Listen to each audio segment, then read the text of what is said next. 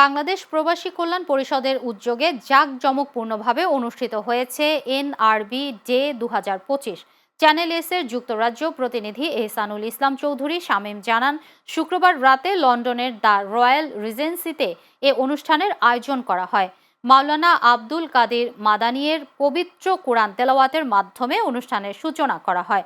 প্রথম পর্বে BNP chairperson Begum Khaleda জিয়ার মৃত্যুতে একটি শোক প্রস্তাব উপস্থাপন করা হয়। সংগঠনটির চেয়ারম্যান আব্দুল বারীর সভাপতিত্বে অনুষ্ঠানে প্রধান অতিথি হিসেবে উপস্থিত ছিলেন যুক্তরাজ্যের সামাজিক নিরাপত্তা ও প্রতিবন্ধী বিষয়ক প্রতিমন্ত্রী স্যার স্টিফেন টিমস।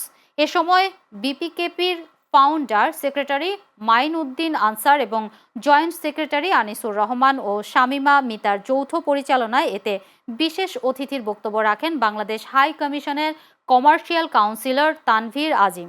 অনুষ্ঠানে ডক্টর হাসনাত হুসাইন, আইয়ুব আলী এবং শেখ মোজাম্মেল হোসেন কামালকে লাইফ টাইম অ্যাচিভমেন্ট অ্যাওয়ার্ড 2025 প্রদান করা হয়। এছাড়া তরুণ উদ্যোক্তা হিসেবে আনিসাকে অ্যাওয়ার্ড প্রদান করা হয়।